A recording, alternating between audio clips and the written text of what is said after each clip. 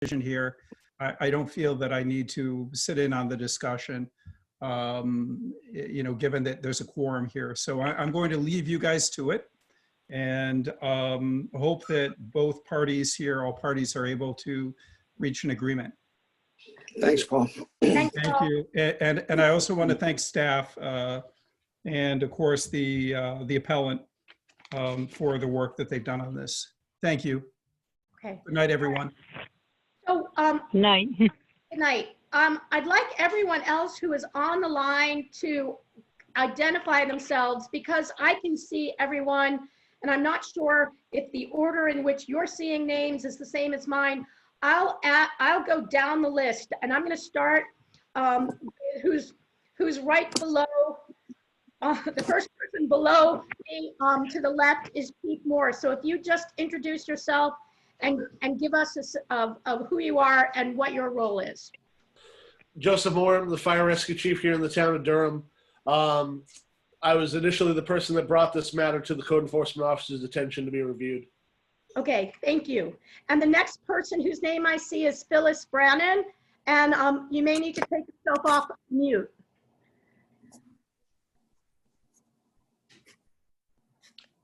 I'm just a citizen that's watching tonight, that's all. Okay, thank you very much, Ms. Brannon. The next name is Tammy Q. That's me. That's your audio for the town. All right, Tammy, sorry about that. And then I see PIT Town Office.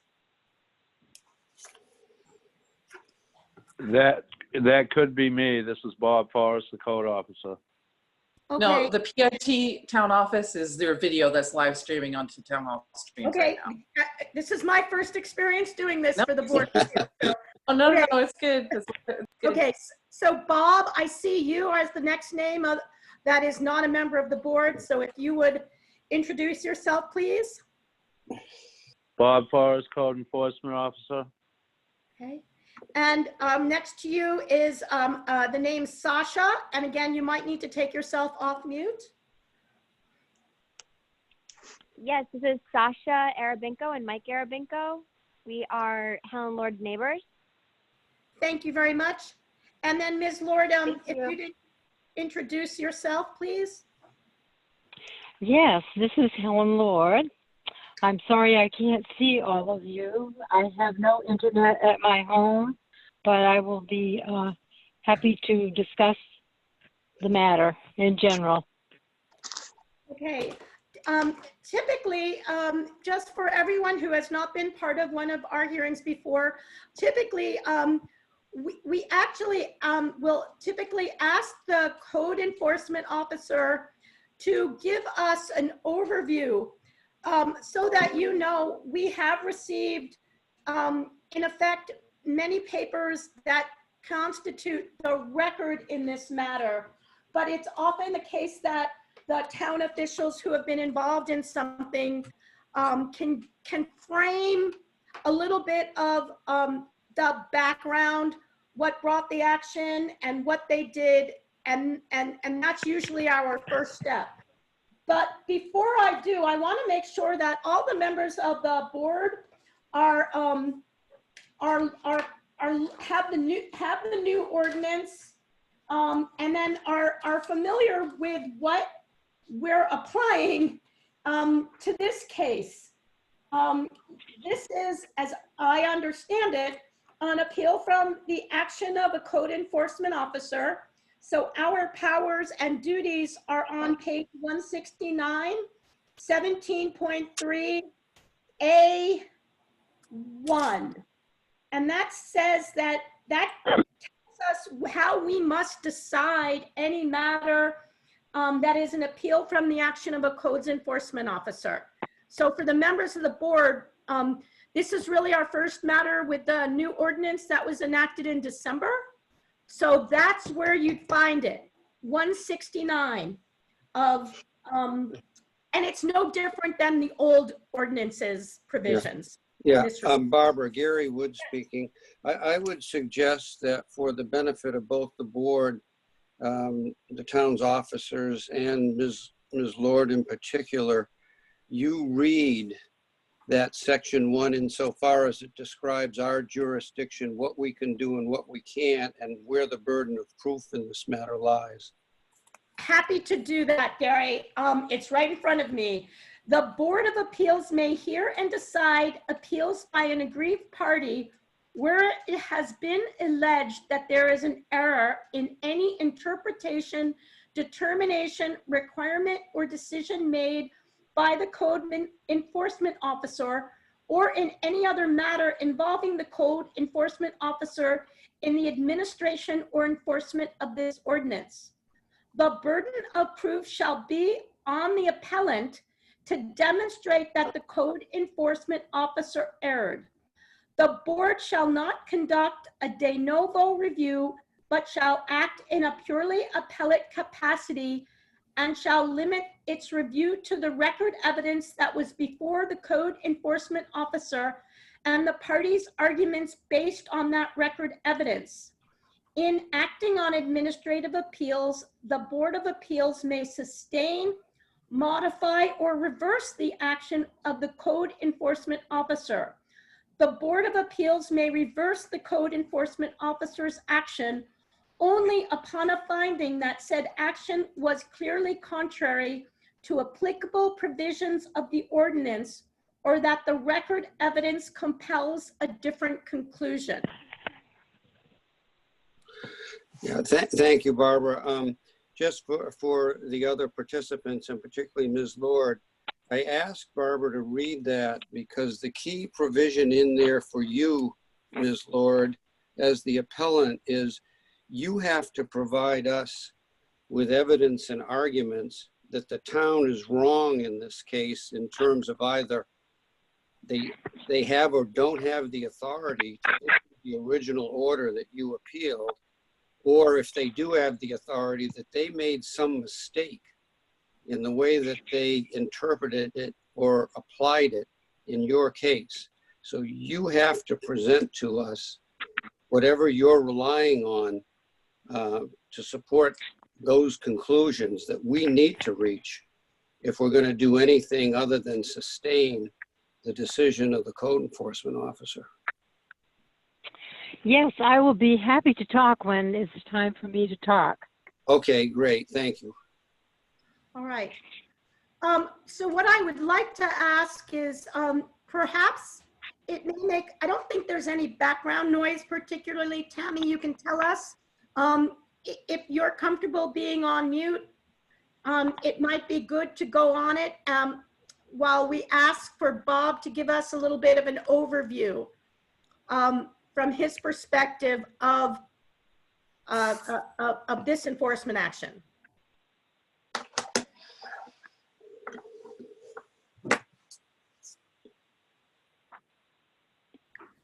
So Bob, if you could do that, that would be great. Okay. So I got a call from the fire chief about this property. They had gone over for a fire or smoke call. And I called Helen up and asked her if I could come and look at the dwellings. And before I went over, I looked for any permits or conditional use permits for the multifamily dwelling. I didn't find any. And Helen told me that she bought it that way. So I did find inadequate smoke detectors. There was a carbon monoxide detector in 1 unit out of 3. The egress windows on the 2nd floor did not meet the requirements. There were 2 people living on the 2nd floor with 1 considered bedroom. So both of the rooms had a very small window in them. And then the other issue that I found were fire doors. In the hallway leading up to the 2nd floor, there was a door on the left and a right going into the 2 units on the 1st floor that were hollow core wood doors. And they need, they need to be a 1-hour fire rating between units. So when I saw that, I went back to my office and I emailed the fire marshal and told him what I had found, and asked him, you know, what he thinks I should do. And he explained to me that nothing is grandfathered in a multi-unit. And he cited a bunch of stuff from NFPA 101 pertaining to that. So I looked at the most important issues with the problem and addressed those issues only. And then I sent Helen a violation letter. And that's the gist of it. Could I ask Bob just a couple of questions? Barbara, do you want to wait and let everybody go and then we'll come back? No, I think I have some questions too. So I think it would be fine, Gary. And then we can kind of hear from various people after that. So go ahead and ask. So I've got 2 or 3 questions, Bob, about what you just said. You said there was one carbon monoxide detector, and that was in the first, the unit on the first floor. Is that correct? Yes, that's correct. And is that a battery powered and plug-in CO detector, or is it just battery powered? No, it was plugged in on the kitchen counter. Okay, thank you. Now on the second floor, I thought I heard you say that both the main living unit and then the second room that I understand is being used as a bedroom by the tenant's son without the landlady's permission, but nevertheless being used. Both of those rooms in that second unit have a small window. Is that what you said? Yes. Okay. Yes. And then, and so in relation to those windows, I take it that the egress requirement that you imposed in your initial violation order was to have a bigger window in both of those rooms. Is that? Yes, that's correct. Okay, because it's got to be big enough for somebody to get out, in other words, right? Well, there are size requirements on an egress window. Okay, yeah. You have to have 5.7 square feet of clear opening. It can be no less than 24 inches wide, and the opening can be no less than 20 inches high. Okay. Now that doesn't equal 5.7, but those are the minimum opening requirements along with the square footage. Okay, that's very helpful. Now you said you contacted by email the state fire marshal's office. So you were in direct contact with the fire marshal's office, not with our Durham fire chief? I was in contact with both. Okay, yeah, because it looked like the fire chief properly was playing, you know, a role here in terms of what might apply, what might. Okay, but then you said the information that you originally received, and I understand in looking at the fire chief's proposed compromise and consent agreement that it's not as clear as everyone would like, but that there is no grandfathering for any structures under the National Fire Protection Act? Multi-unit structures. Multi-unit structures, no grandfathering. Okay. I'm just making some notes here because this I found, in all honesty, very complex. Yeah, so I can read something for you. Transfer of dwelling.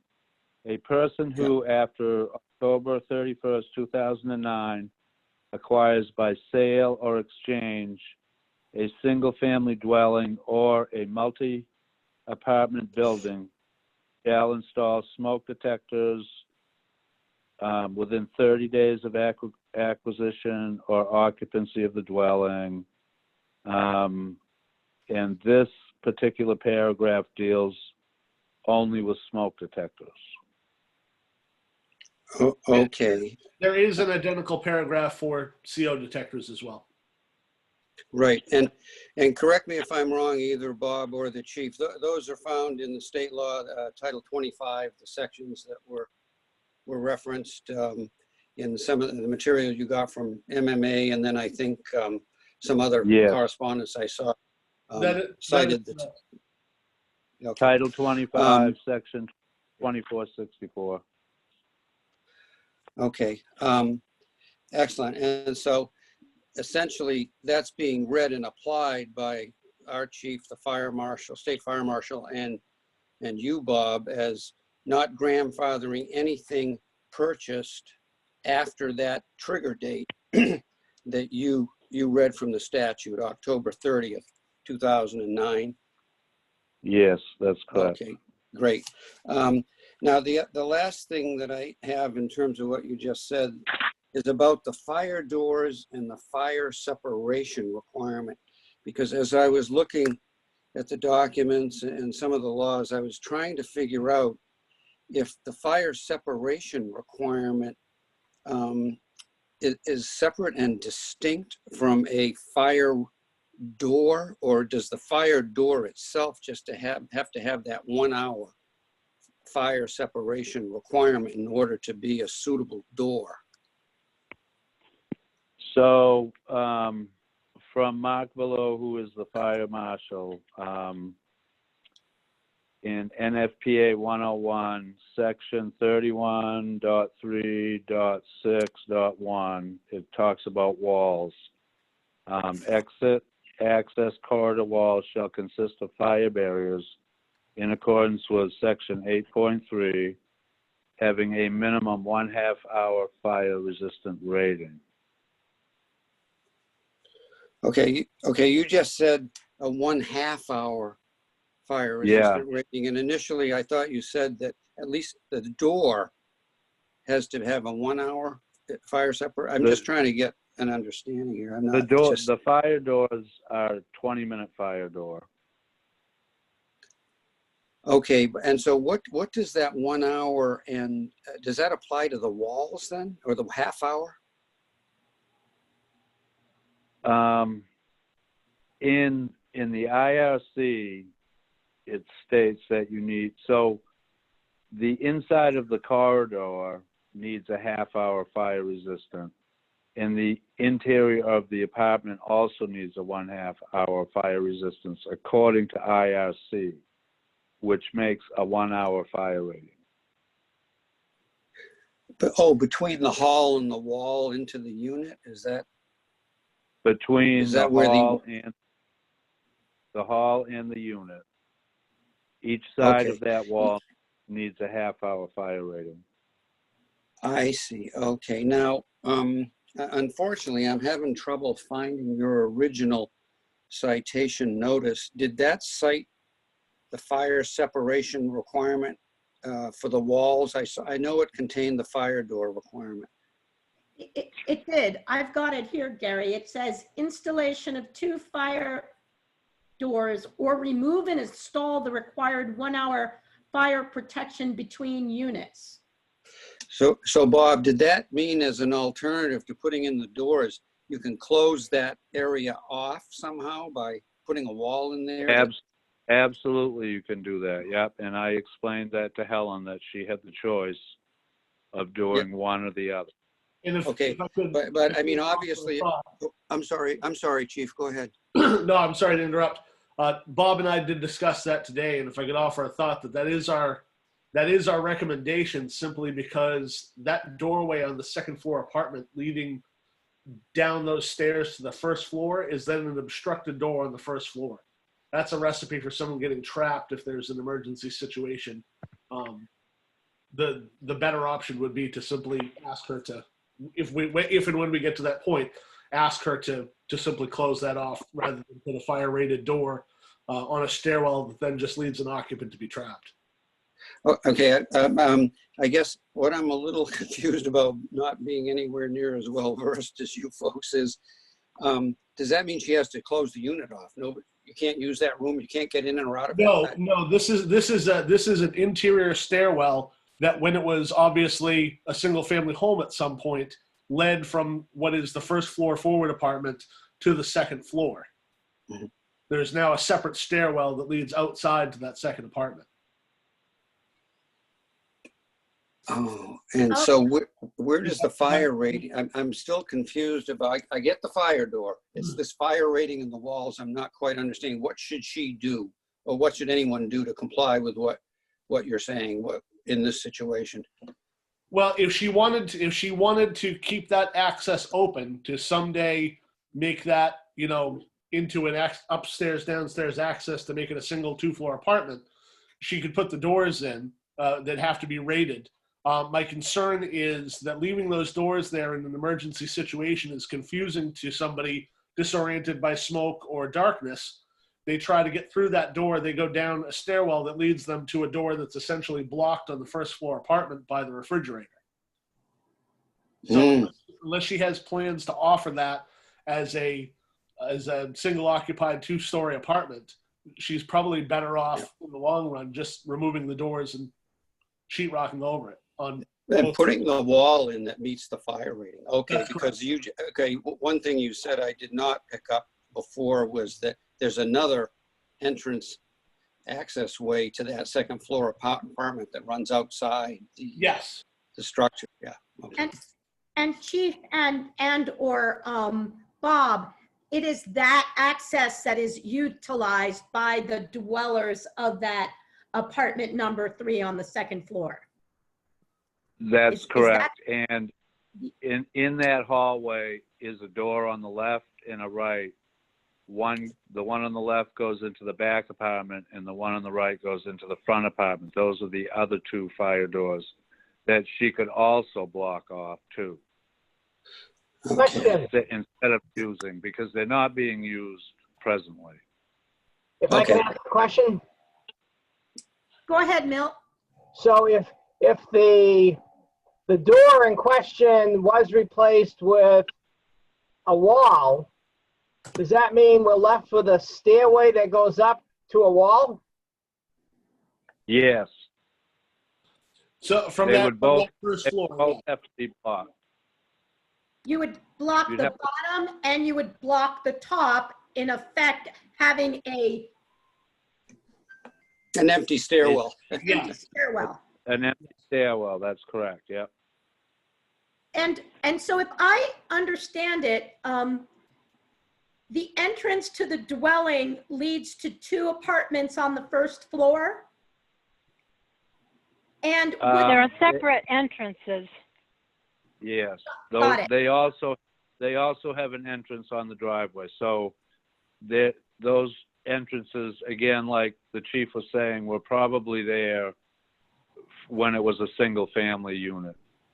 Okay, but if this, I'm just to understand it, if the stairwell was enclosed, and the walls were enclosed, as I read these notices of violation, would there be any requirement for an additional door? No. Okay, But the doors that are there would have to be brought up to the fire door rating that the chief or you. Yes, because they're all a different unit, and the separation has to be between units. But what the rule says is you need 1 door and 1 egress window. Right. So both units on the first floor have a door going to the exterior, other than the hallway up to the 3rd floor. Okay. Yeah. So wait, say that one more time. And in other words, if you block the doors to the you closed off the doors to the stairwell, would there be any requirement for new doors? No. Okay. No, the stairway to the 2nd floor is an interior stairway. Got it. Okay. the only reason why that would need to be a rated door is if she wanted to keep those with the intent of possibly utilizing that later on. But if she's going to keep the apartments broken up the way they are, either the doors need to be rated and locked on both sides, or they need to be removed. Yeah.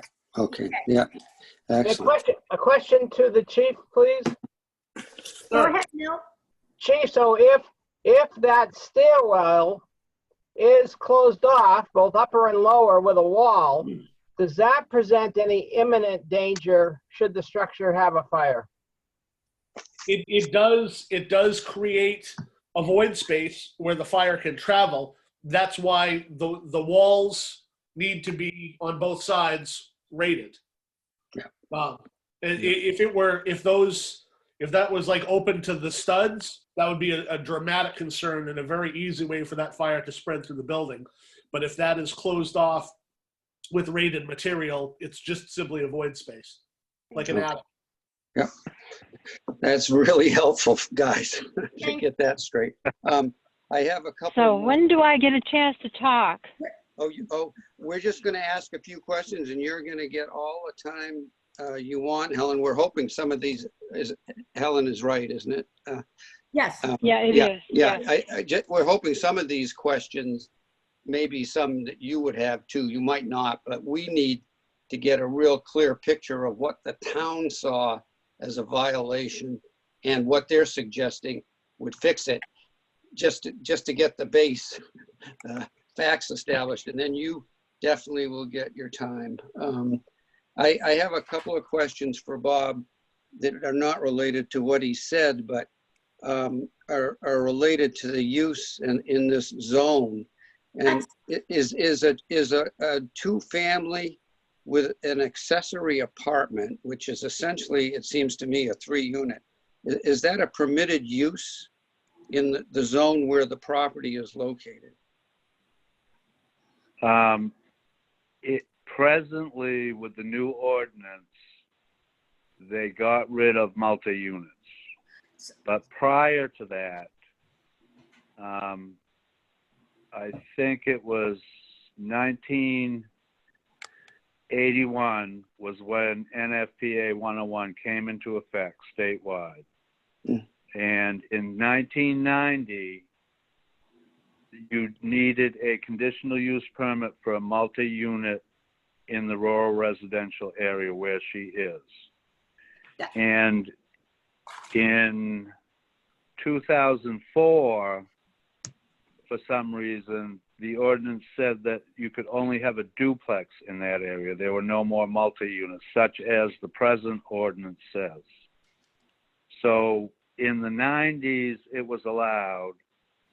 And in 2004, it was not allowed. And it was allowed in the prior ordinance, which I believe started in 2006 and was amended to 2016. So they were allowed with a conditional use permit.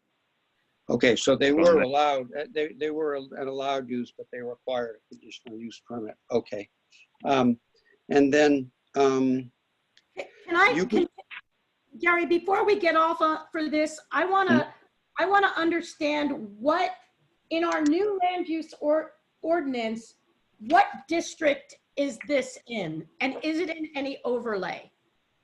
No, it's in no overlay. It's in the rural residential area. Okay, and previously, was it in the previous Southwest Bend district? Because that's— No, it was not. It wasn't? No, it was not. No. And that's why it was a conditional use under previous ordinances? Yes. Okay, because as I read what I guess is the italicized commentary, on page 12 of the ordinance, it says multifamily was only allowed in the Southwest Bend district and will be eliminated with it. So that is in the kind of 2005 to 2019 version of the ordinance. All right. So the reason that this was operating as a multi-unit dwelling was because it was at least prior to 2005? And that might be a Yes. question for Ms. Lord later, but I'm gonna, okay, so are we, so the issue is, what, this really is a conditional use. Is that how you see it? Yes. Okay. Everybody with me, Gary, does that make sense to you? Yep. Okay, all right, I have a question. sure, Terry. On these apartments, the chief or Bob can answer this question. If they block off the hallway doors, does there in fact need to be two avenues of egress from each apartment? Yes, one is a door and one is an egress window in the bedroom. Do any of these have that now? Yes, they all have two doors. Yeah, but Except there's no egress window upstairs. But we're going to block off the hallway doors. Does that mean? Yeah, I guess it's kind of hard to understand, but the hallway going to the second floor, you go in the back of the house, you walk down the hall a little bit, then you take a left and go up the stairs. And right when you take a left, there's room on both sides of the stairway, and there's a door on each side that goes into each other unit. Those doors are not being used. They were probably there when the original farmhouse was built. So if those doors are blocked off, they will meet egress because they have the door, and the bottom apartments, the requirement for that egress window is 5 feet, not 5.7 because it's existing. So those egress windows are okay. It's larger So than it's really 5. only the, yeah, it's the second unit, the second floor unit that's causing most of the issues here from what I'm hearing. Is that right, Bob? Yeah, And Chief? that's correct. Yeah. I think just to kind of clarify Mr. Kirk's question, eliminating, it's not a stairwell that's in use right now. Neither one of those doors are actually being utilized as egress doors. They couldn't be. So eliminating those doors and putting up a wall or making them fire rated doors is simply eliminating an unprotected void space. We're not cutting down the number of egress options out of any apartment. And the chief is talking about the center stairway, not the stairway that the tenants use for the second floor. There's two stairways. Right.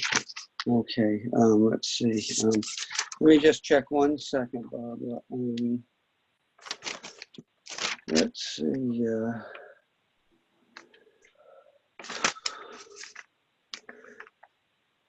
Okay, no, Bob has answered the questions I have. I'm still, I think, a little puzzled by the current status that this building might have, but looking back at least at 1990, from what everyone's saying, it was a multi-unit was allowed, which would be more than, in this case, 2 units, it would be 3, as a as a conditional use. Yes. Okay. But then again, it changed in 2004 where multi-units were not allowed. Right. So the ordinance has changed over time. Hold on for a second. It wasn't allowed in 2004 and then allowed again in 2005?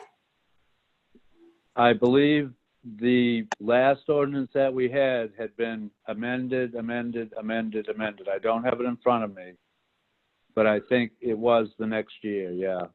So the previous ordinance to this one was adopted in 2005 and then amended in 6, 7, 8, 9, 16, and 19. In any of those periods or in all of those periods, was multi-use allowed in the district where this house is? I haven't done enough research on that part. I know the 2016 ordinance allowed it.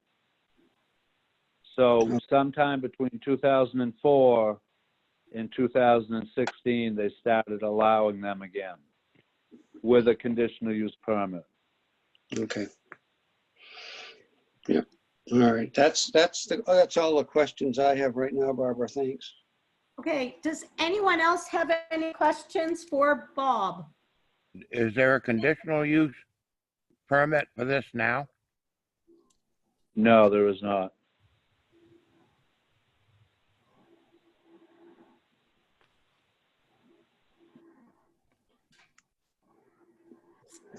I don't know if the chief wants to add anything to what we've asked or heard, or if he doesn't, maybe we should let Ms. Lord give her the. Right, or even, yes, but Chief Moore, do you have anything? No, I don't have anything else to add at this point, no. Okay, so Ms. Lord, we'd ask you to explain your position, and one of the things that I'd like to, in advance, ask you to address is somewhat of the ownership history, because that's a big fact that's not in the materials. And I think even whether or not we decide to take notice of that, it's just important for for understanding status here. So Okay. I'll go on mute, and I'll ask the other members to do that so that you can respond. Okay. So I have managed, and before I owned it, I managed it for 20 years. Overall, I've taken care of this building for 50 years. I did it during the 70s and the 80s, and then I bought it after Mr. Wiley died. I found an old letter that I had written. I was trying to find the heirs and the executor. He had died very unexpectedly, and that was in 1986. And prior to that, I had managed it for at least 15, maybe more than that, 15 years. I've never changed any of the arrangement, and it has worked out perfectly. The staircase that is not in use, people have respect for the upstairs and the downstairs, and no one has ever had a problem with that at all. I do want my property to be safe, but I think some of this does not have to happen for it to be safe. It has been safe for the 50 years of my management. I have decided to have the electrical upgrades done. I'm going to use Frank Hilton from Harpswell to take care of it. He is a very capable licensed electrician. He is also a retired fire chief from the town of Harpswell. He kind of gets a feeling of what is needed there. Regarding the egress windows, they are almost large enough. They're large enough, they would be large enough in some towns. However, if a person smashes the window, the edges will make it larger anyway. Currently, if we leave the staircases alone, we would have two ways of getting out of the building, one on each side, and I am opposed to blocking that off. I'm also opposed to taking out a brand new window to put a larger window because I don't think it's necessary. Regarding fire doors, my electrician says it's a waste of time and money with the exception of one door that was suggested. Said, you know, he is going to do a very good job of putting smoke and CO detectors so that everything is going to be automatic. He was saying they should be put in the center of the room. He is small enough that he can go into the overhead and do a lot there. It will be done very well. There's no question in my mind. If you want, I have that old letter. If anybody wanted a copy of it, it verifies the fact that the property has been as it is for the last 50 years with no necessary changes. And I think it's a little bit historical, and I am really opposed to the idea of changing those upstairs windows. I'm also opposed to some of the fire doors, but I'm going to be spending quite a bit of money doing the electrical upgrades. That should be, that should please you. And also, I think it would be reassuring to know that Frank Hilton is a very capable, and he understands being a fire chief. So in a nutshell, that's where I'm at. Yeah, Ms. Laura, this is Gary Wood, and we certainly understand the dilemma you're in. And it's one I've had some experience a while ago trying to deal with, because it's very hard for people who have owned old buildings to have to bring them up to some reasonable level of compliance with new codes, which is why the law usually has triggers that put those requirements on a homeowner. When did you buy this property? It was in the late 80s. Mr. Wiley had died in, I think, 85 or 86. Mm-hmm. And I put it on, they put it on the market, and I was so horrified with what people were saying they might do that I had just decided to buy it myself. Mm-hmm. And so I think it was in 80, maybe 87 or 88. Yeah. And you bought it in the late 1980s. And at the time you bought it, was it in the same configuration that it's in now in terms of units? There were 3 different living units? Exactly. Yes, Okay. there were 3. There were 2 that I was in the process of managing, and Mr. Wiley himself used to come to Maine for 1 week out of every month, and he kept that 3rd unit, the one toward the barn, for himself. Mm-hmm. But from your knowledge as a manager, it was also in the same configuration and used as a 3 unit in the 1970s? Yes, it was. Exactly. Mm-hmm. Yeah. Now, I just want to say a couple of things, and I hope they, are heard the right way. I think everybody's in agreement from everything I've seen, and the testimony tonight, and my knowledge of some of the people involved, and the way you've presented yourself, which I think is very nicely in both your letter and tonight, as someone, who is interested in doing the right thing. And I think everybody's in agreement, and I'm sure most of the board is going to be in agreement, that the safety of the tenants has got to be foremost here in whatever is going to happen. Does that make sense to you, Ms. Lord? Well, I've done it for 50 years. Yeah. I am beginning to wonder if you are also checking other income properties in Durham. Are you singling me out? Mm-hmm. This seems very odd. If I could speak to that, Gary. Mm-hmm. Because I was the one that initiated this complaint with the code enforcement office. I'm not singling anybody out. This didn't come from a random stop and inspection. It came from a 911 call about an alarming smoke detector. Once I've arrived on a premises and I've found something that is an unsafe manner, I'm bound by my moral responsibility as well as my legal and ethical and job responsibility to get this managed correctly. That is my position here in town. So no, ma'am, you're not being singled out by anybody. And if I were to go to any other property tomorrow belonging to anyone else and finding the same condition, we'd be in the same circumstance. The smoke detector was old and it beeped. There was no smoke. I'm aware of that, ma'am. I was the first one in the building. Yeah.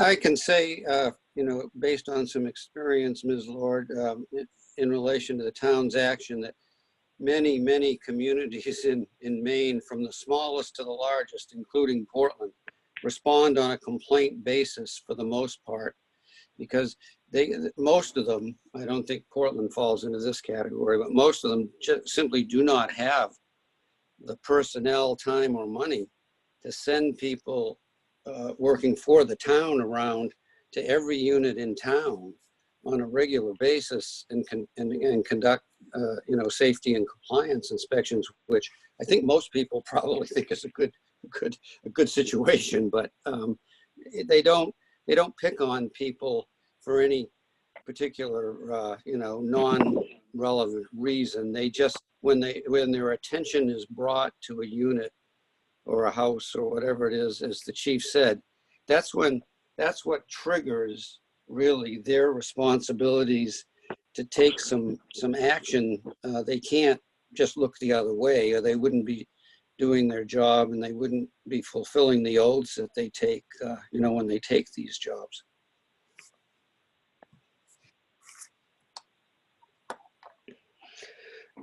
The other thing I wanted to say, Ms. Lord, and this is, you don't really have to address this if you don't want to, but as I looked at your letter and what it was suggesting and hoping for, and I looked at the chief's consent agreement that was sent out on April 20th as a suggested compromise, it seemed like both sides were very close. So I don't know, were you close or did you still feel He couldn't like explain it to me, so I had no idea what he was really talking about. And I decided, then he said, well, maybe we should just move forward with the meeting. So I said, okay. Yeah. Okay, I don't want to belabor this any longer, and I do think it's very important that you get underway with some of the safety improvements that you've talked about and agreed to do. And I'm not an expert in this area, but if we go forward and decide this case tonight, ma'am, Ms. Lord, and we don't grant your appeal, what you need to understand is the original town's enforcement order is what's going to be upheld and what you're going to have to comply with unless you decide you want to appeal our decision to court. And, that is certainly something you and every landowner and the town, quite frankly, if we decide it in your favor, can do. They can appeal, but it takes a lot of time. It takes a lot of money. It often doesn't result in a great result for anyone. And the money that's expended is much better spent, in my view anyway, trying to fix things, that can be fixed, hopefully with a reasonable cost. And so I'm doing a lot when I get it hardwired. That is a lot, and he is going to do a splendid job. Yeah, I would invite the chief to come in a little on that because, he offered to you in that consent agreement, nothing was offered. Nothing was shown to me. Nothing was. He mentioned something on the phone that he couldn't really explain, and I said, "Well, what kind of cost are we talking about?" Okay. He said, Let me back up then. I'm referring to a specific letter that has an April 20th date on it that says proposed consent agreement, and it's authored by. I never saw the letter. Never saw the letter. Oh, this seems, Chief, what's your? I forwarded my recommendations to the code enforcement officer, and to my understanding, she didn't want to have the discussion with us. I've never spoken with Miss Lord before today. Oh, okay.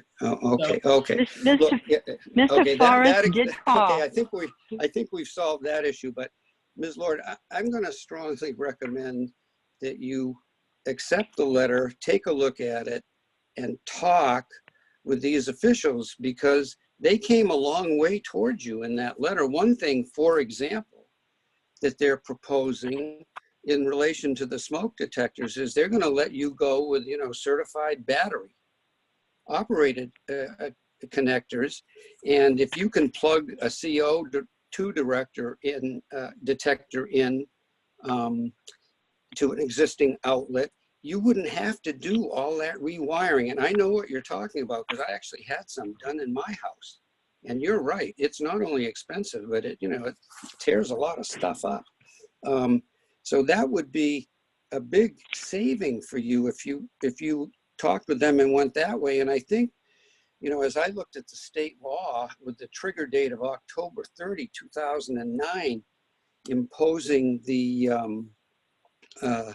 CO2 detector, you in the town might be able to agree, that if you can plug them in, I would think, to an existing outlet, or even use one of the certified battery operated CO2 detectors, there could be some Well, they would progress. have to be rewired for the plugins anyway. And I think I would prefer to Well, use you could someone I talk to know. them. You could talk to them about that, though, because there might be some. I'm not saying there is. This is up to the chief and the code enforcement. There might be some way they could work with you on that. The fire issue, though, in that hall with the fire doors, that to me seems like something you've really got to address one way or the other. One fire door would be sensible. The rest would be a waste of time and money. Well, in relation to that internal staircase, though, and the two doors there, if what the chief is saying is correct, that it's not being used now, and in fact, it's blocked off by a refrigerator. No, it's not. He was confused with that. Okay, so it is being used? It's not being used, but it's not being blocked by a refrigerator. The refrigerator goes on the back side, the entrance hall. You're saying it could be used if necessary, and you'd like to Yeah, retain it could be used. Yeah, and it would be another escape, so I don't have to tear my brand new windows and put in larger windows on this nice historical looking old building, which I totally object to changing. An egress window in the bedroom is a required window. Right, yeah. So there are some that 5.3 works. This is on the first floor. 5.7. I've got Gary, can I ask a question? Because I guess I want to understand the basis for not grandfathering this, just so that I can hang my mind legally, because this was acquired before October 31st of 2009. This, if I could ask a question, because I have a record here from the town that we have in the town records, which Bob has done the best he can to decipher some of these. They're not well done. There is an ownership by Helen S. Lord, and then listed at 177 Pleasant Street. And then Helen S. Lord sold Helen S. Lord Living Trust, transitioned 4/11 of 13. So there was a transfer of, okay, that's as long, if there's a transfer of ownership after, I just didn't see, that's not in the record, but you're representing. I am that. the same person. Same person, excuse I me. understand, but it's a different entity that's made an acquisition, and that has meaning in the law, especially when you've got a use that is allowed in the district because it's a conditional use.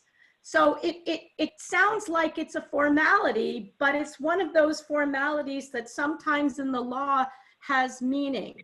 And I guess the other question that I have is an understanding of, in this period of time since the late 80s, there have been no renovations done to this building at all. I mean, for example, you said you put in some new windows. I did. Yeah. Okay. Nothing was redone, no walls changed, none of that. We just clean and paint, and when somebody would move, it's always been easy to rent. So I saw no need to make changes. And she didn't need to replace, she didn't need a permit to replace a window with another window as long as no framing members were added or removed. Okay. It was exactly the same.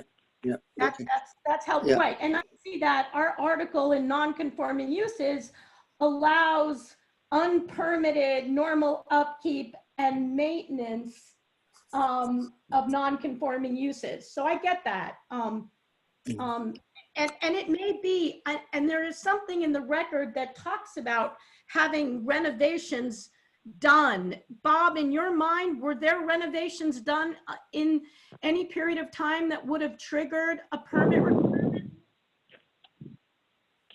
No, it Okay. seems to be, like it was years ago. It is. Yeah. If I could get back a little bit on the track of why I think you should at least sit down with the town, look at the letter and talk with them, and then we could reschedule and come back quite quickly, because I do think things have to start moving, as the chief and code enforcement officer are saying. But the other reason I'm suggesting that, Ms. Lord, and I don't know if you've talked with anybody about this situation, for example, a lawyer, but if thinking about it. Yeah, I know. And it's so costly. I mean, I'm not encouraging you to do it, but you have a right to, of course. And the one thing, quite frankly, I would be concerned about if I were in your shoes is my insurance coverage. Because the insurance is very expensive.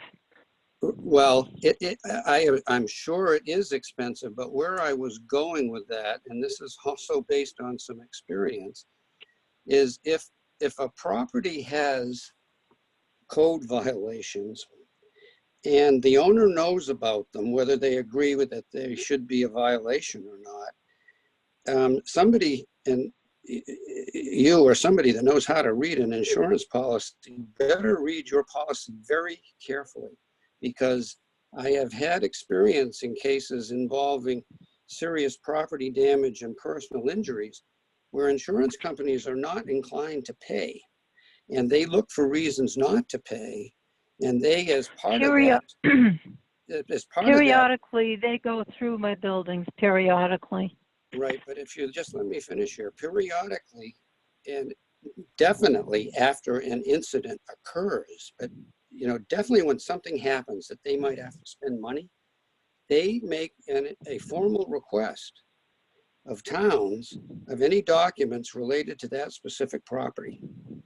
And so if they find documents in a case that demonstrate that there are even real questions about whether that property is in compliance with existing codes, you may find you've got a battle with them going on, and your own personal wealth and liability may come into play, because if they have a clause, for example, in these incredibly complex insurance documents that says if a building isn't in compliance with local codes, the coverage doesn't pertain, you're going to find yourself in an awful situation. And that's another reason I'm suggesting it would be really in everyone's best interest for you to sit down with the town, look at the April 20th letter, and try to come to the best. Well, why don't somebody mail me the letter so that I can at least see the letter? I have never seen the letter. And my address is 82 Pleasant Street, Brunswick, Maine. Yeah, but the chief said, I mean, and I don't know if maybe you're disagreeing, that you didn't have any interest in talking with the town about trying to resolve. I would review it with my electrician. Okay, well, back to that electrician, and you can go forward on those grounds if you want to. It will definitely meet existing code requirements, but I'm not sure you have to, in terms of having them hardwired. The chief in his letter, when you get to see it, is willing to let you go with battery operated on the smoke alarms, and maybe that could also apply somehow to the CO2 detectors. That's something for you folks to talk about. The CO detectors have to be hardwired. After speaking with the fire marshal's office, the plug-in CO alarms, with a battery backup meets the intent of the code, because it is viewed as an extension of the hardwiring of the building with the battery backup in case there's power failure. Well, I guess then it would depend on what your electrical service is and why you're being told you've got to rewire it to plug in the CO2.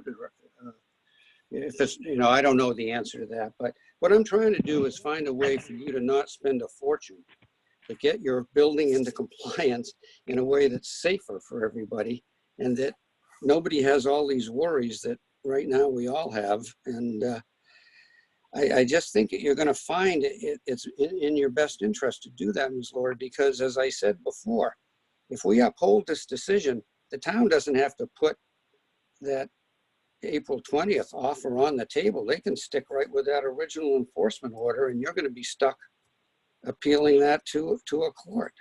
And that has, in all honesty, has more expensive requirements in it.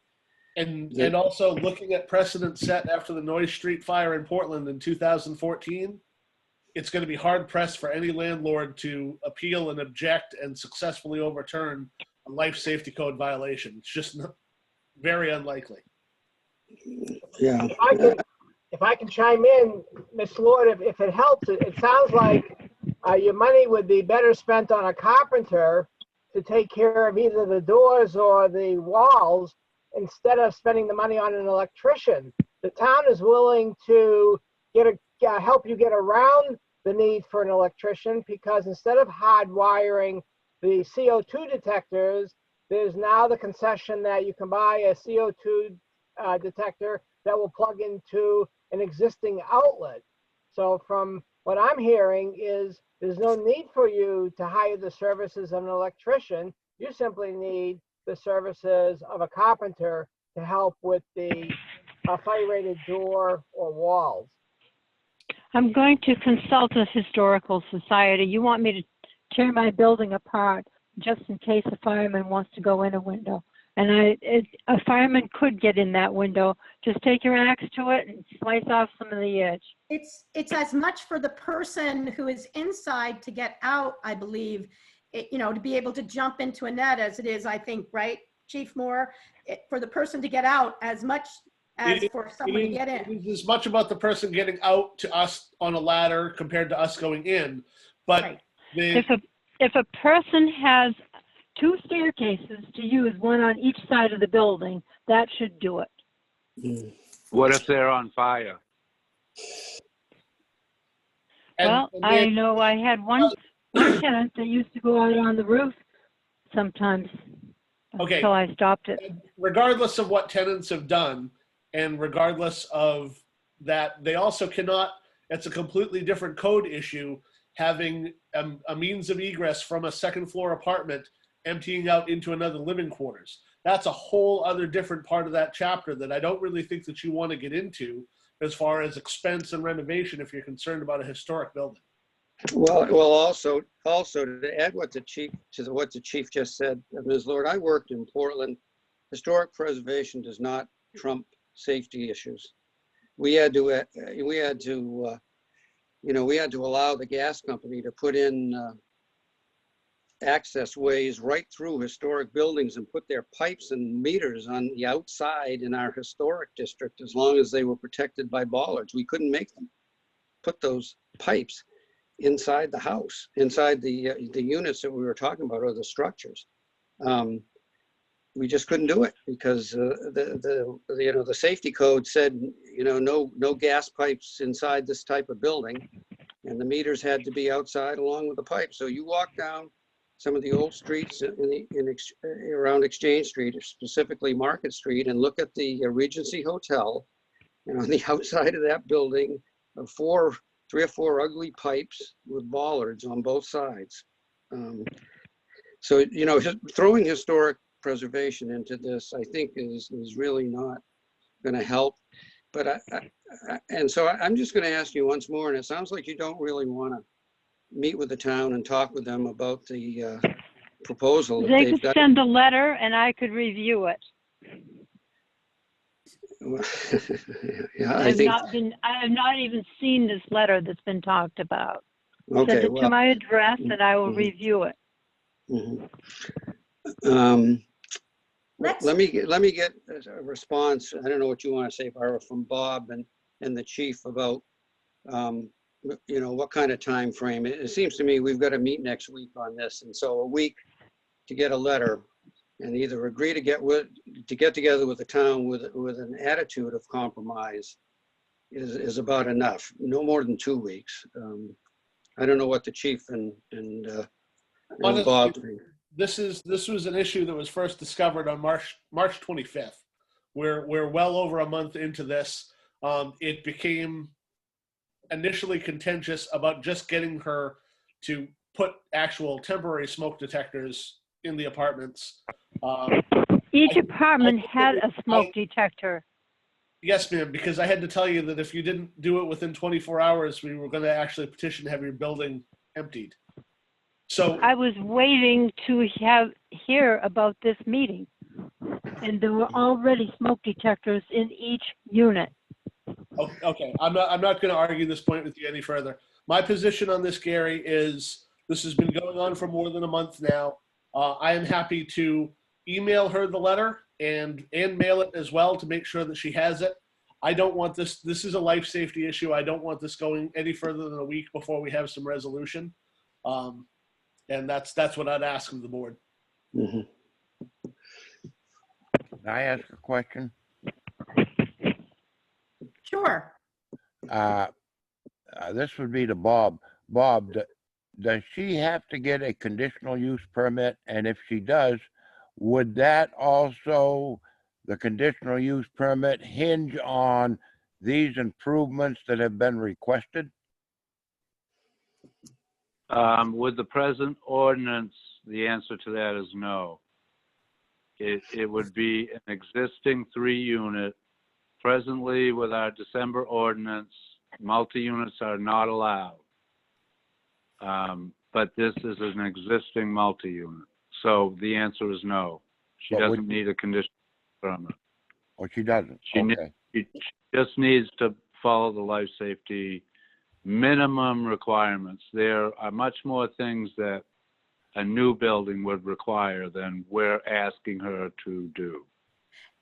Can I ask a question? I understand that the smoke detector and the CO2 detector provisions, what is it that requires, that says that a pre-existing building must also have the firewall or fire doors? Is it the same provision or a similar provision that makes those apply to an older structure? I believe those are located, I don't have those directly in front of me, but I believe those are also located within that Title 25 because Okay. that addresses all of the different NFPA standards and which edition that the state has adopted. Okay, so we're basically, as a matter of law, as a result of a 2013 transfer, all of these provisions apply. And to answer your question, Terry, to some degree, if there was to be some kind of permit required in the future or a proposed change in use or something, that would definitely trigger a conditional use hearing, which would mean that it would really have to comply with all kinds of things in order to get it. So to some degree, this staves off of something in the future too. I mean, even if that there's no need for a conditional use permit unless you're trying to do something new or change something. Gary, you'd agree with that?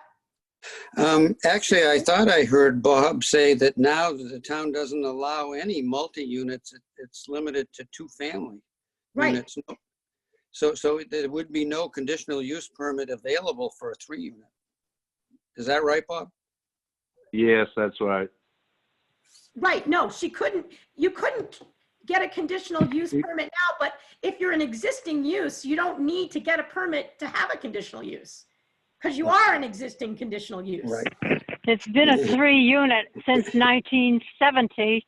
Right, right. Yeah, Right. so I think that's a long time ago, and whether the town required any permits ever back Well, then, Right. I don't know. I mean, The owner was an attorney, and I think he did things very carefully. He was a very nice man. I appreciated working for him. Well, Mm. I didn't see the 3-unit on the tax card until 1989.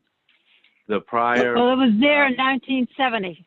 Yeah, that could have been when the assessor picked it up in a Yeah, reval or reinspect, or I think probably it was a reval around then, if I remember correctly. Yep, there was. Yeah. So that also isn't unusual that things don't no, get it's picked up not. until there's a reval.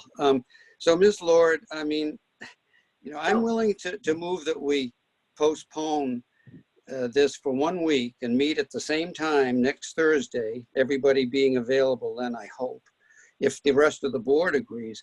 But, before I move that, ma'am, I really need to get a sense from you that you'll not only read the letter, but, if it has some things in it that, are encouraging to you, that you'll sit down with the town and try to work this out. Because I don't want to waste anybody's time, including yours.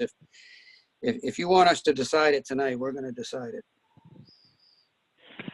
Well, doesn't it count that the electrician, former fire chief, who is really smart,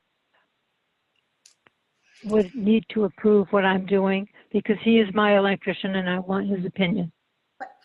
I don't think, though, that addresses the firewall and the doors necessarily. It And that- addresses the fact that he told me that there's only one place that a fire door would make any sense. He said the rest is a waste of time and money. He's And not that was the told one to me that- also by another person. All not 3 of the- those units need to be fire separated.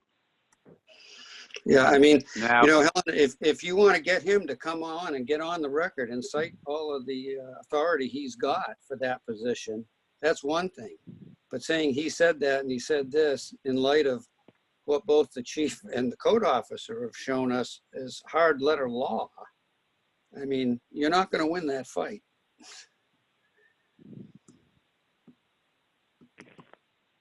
Well, I could ask him if he would like to come with me to meet.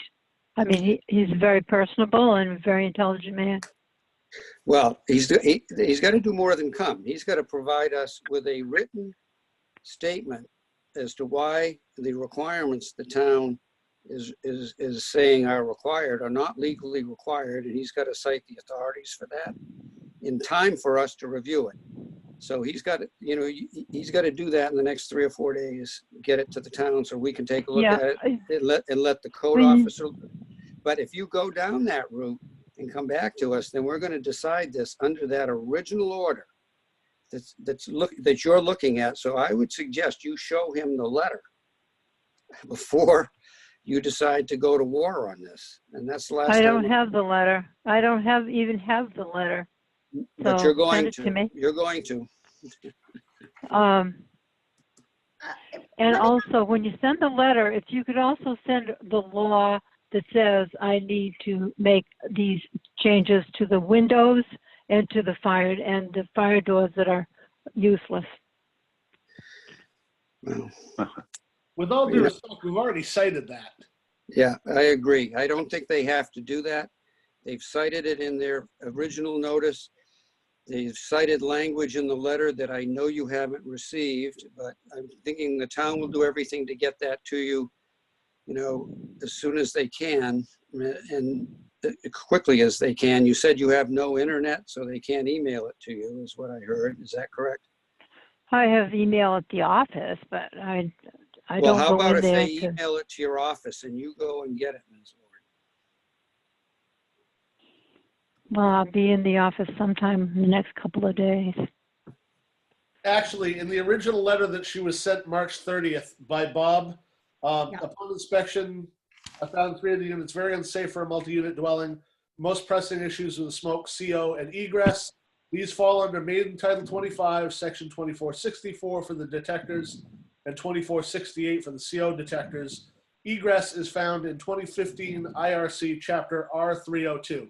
So she's already been. Right. And then the last paragraph of that March 30th letter points to the NFPA sections that require the fire doors or the retardant wall. So that really, that puts you on notice, Ms. Lord, of the provisions of law that the town's relying upon. And unless you show us meeting the burden of the proof that it's one thing to say it's a waste of money, that doesn't have the same status as saying they got the law wrong. And if you believe they got the law wrong, then it's incumbent upon you to show us the law you believe to be right. Because the fact that it's a waste of money is, again, one of those things that doesn't necessarily trump the formality of the legal requirement.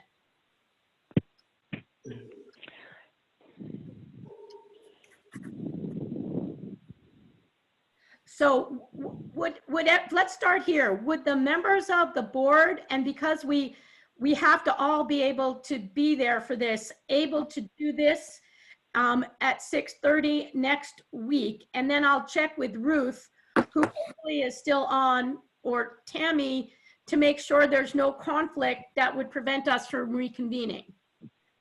There doesn't seem to be a conflict right now, so. Okay, great. Other members of the board, are you all able to attend next week, same time? I am. Gary Wood, I am. Okay, Milt Yes, I would be available. and Terry, yes? I would be available. Would it be the same address, or are we gonna get a new address? That's to be determined. It But would be a different Zoom address every time. It's announced in the news, and then we'll send out emails to all the parties involved. But every time the meeting is going to be a different Zoom address.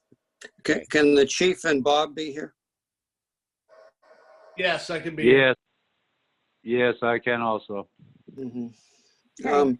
And so I'd like to hear a little discussion from you, Barbara, and some of the other board members before I move for this postponement, because quite frankly, I'm really not sensing that Ms. Lord is particularly interested in sitting down with the town and trying to work things out. And I don't, as I said, I don't want to delay this if that's the case. Does Mrs. Lord have an opinion as if she wants to come back next week, or does she just want us to vote on this tonight, or what?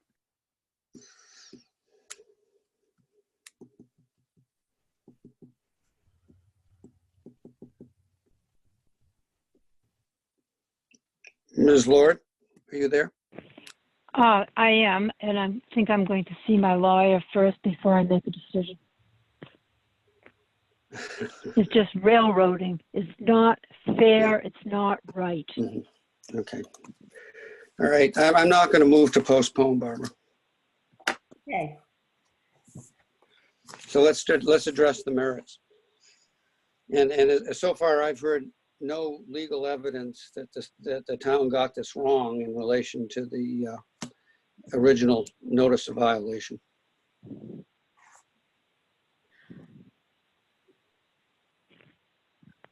I would have to agree. I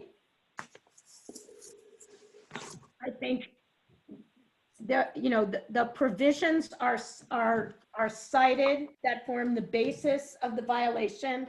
And it is interesting to me because I do take a little bit of kind of, argument from the provisions of our languages too. Because when you look at, this provision that says that the provision of non-conforming uses that says the ordinance allows without a permit the normal upkeep and maintenance of non-conforming uses and structures, including repairs and renovations that do not involve expansion of the non-conforming use and such other changes as in a non-conforming use or structure as federal, state, or local building and safety codes may require. That kind of contemplates that codes are going to come up and buildings are going to have to change and adopt to them.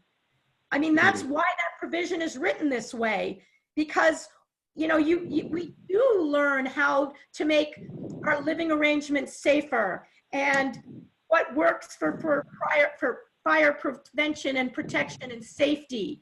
And just because a building's been lucky that's nothing's happened bad, doesn't mean you can rely upon that if you know that modern building and construction technique can be safer. And our ordinances allow a conditional use like this to be kept up. You can almost read that we want it to be kept up, which is why we don't require them to be permitted, if that makes sense. So it's Milt, Terry, Barbara, and me. Who else is here? It's Milt, Terry, me, and you, Barbara. Correct. And we don't have a fifth member tonight? No, because we didn't. We've got We're okay, members. yeah. We have 5 members available right now, Gary. We do. Me, you, Milt. Four. 4. I didn't know if Dean was on. See, that's why when Paul was on, I didn't think we needed a fifth, but No, hold on. yeah. We haven't heard anything from Dean. That's the only reason I raised that. Our quorum is 4. We're fine. Okay, all right. Our quorum is yeah. 4. Well, Barbara, I'm going to move on the basis of the evidence, both the documents and the testimony provided by the town code enforcement officer and the town fire chief, and the lack of any contrary evidence presented by the appellant, that this appeal be denied and the decision of the code enforcement officer to issue the notice of violation be sustained. I'll second that. Any discussion? All in favor? Gary Wood, Terry, Milt Simon, Terry, I'm in favor. as am I.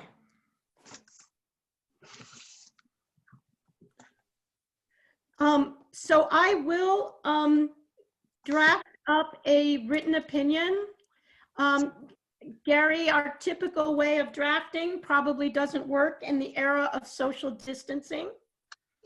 well, I'm particularly distant now, but if you want to send me a draft, I'll do what we've done and give you some feedback, and then you can accept the changes or not and run them by the board, and then just sign it and present it in behalf of the board, which is, I think, what we've done in the past. Typically, Gary, are you out of town right now? I'm out of country. Out of country. Unable to get back, I assume then. Yeah, you are correct. You All are right. correct. Yeah, but I'll be glad to do that, and my email is working fine. And so what we will need, I think, and should always put in our decisions is that the appellant, Ms. Lord, has a right to appeal, and the time frame within which she has to appeal our decision, which I can't remember what the ordinance says. Is it 30 days or? Yes, I believe 30 it's 30 days. Yeah. Just so you're clear, Ms. Lord, we've just sustained the decision of the code enforcement officer and denied your appeal. You'll get a written decision from us that says that, and then you will have 30 days to file an appeal with the Superior Court if you choose to do that.